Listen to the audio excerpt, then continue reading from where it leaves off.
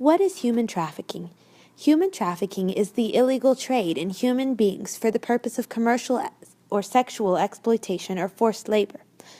The top countries in the world that take part in human trafficking are China, Ghana, Nepal, Sri Lanka, India, Pakistan, Haiti, Brazil, and Bangladesh.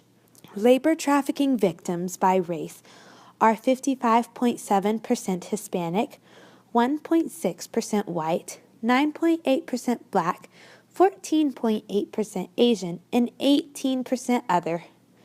Sex trafficking victims by race are 40.4% black, 4.3% Asian, 5.8% other, 23.9% Hispanic, and 25.6% white.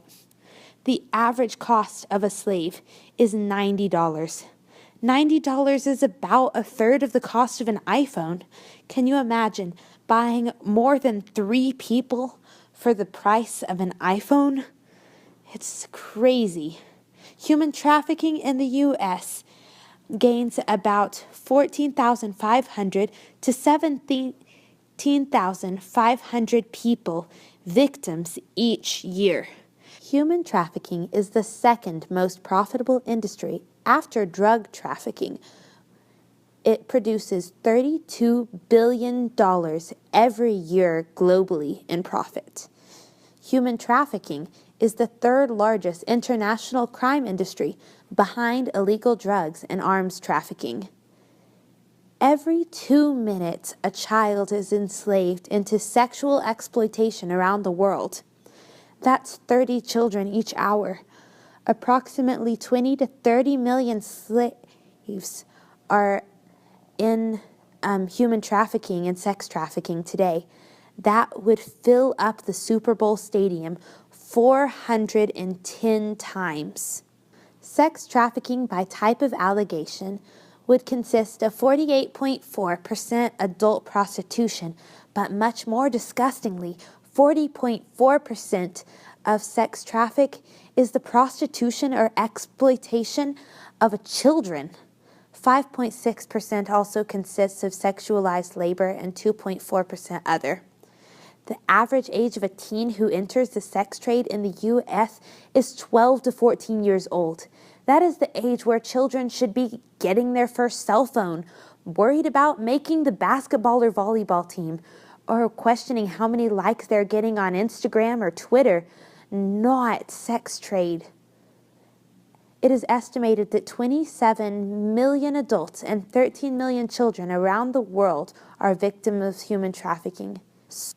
As Christians, we should respond like Jesus did.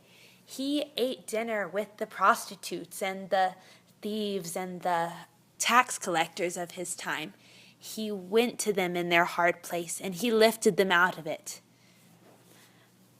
Psalm 107, 13 through 16 says, "Then they cried to the Lord in their troubles, and he saved them from their distress. He brought them out of darkness, the utter darkness, and broke away their chains.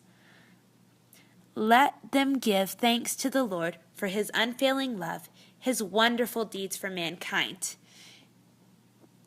Genesis 1:26 says, "Then God said, let us make mankind in our image, in our likeness, so that they may rule over the fish of the sea and the birds of the sky and over the livestock and all of the wild animals and over all the creatures that move along the ground." So God created mankind in his own image. We are all made in the image of God. Every person who was created was made in God's image, and we should protect people. Matthew 19:19 says that we are to love people with neighborly love. Matthew 22:36 says, "Teacher, what is the greatest commandment of the law?" Jesus replied, "Love the Lord your God with all your heart and all your soul and all your mind. This is the first and greatest commandment, and the second is like it. Love your neighbor as yourself." We are to love everybody as we love ourselves, and none of us would want to be in this situation of human trafficking or sex slavery. We need to take care of people and love them like we love ourselves because we realize that they are made in God's image. Matthew 7:12 says, "So in everything do to others as you would have them do to you, for this sums up the law of the prophets." God wants us to treat everybody with respect and love as we would wish to be treated ourselves. Proverbs 31:8 says, "Speak up for those who cannot speak for themselves, for the rights of all who are destitute. Speak up and judge fairly. Defend the rights of the poor and needy." This is what we are called to do as Christians. We are called to fight against sex slavery. We are called to fight against prostitution and make sure that these people are safe, that they are liberated. No one deserves to be living in this type of bondage. We need to save these people and redeem their dignity and let them live normal lives, for they are created in God's image. We need to restore them, for this is how Christ would have treated us.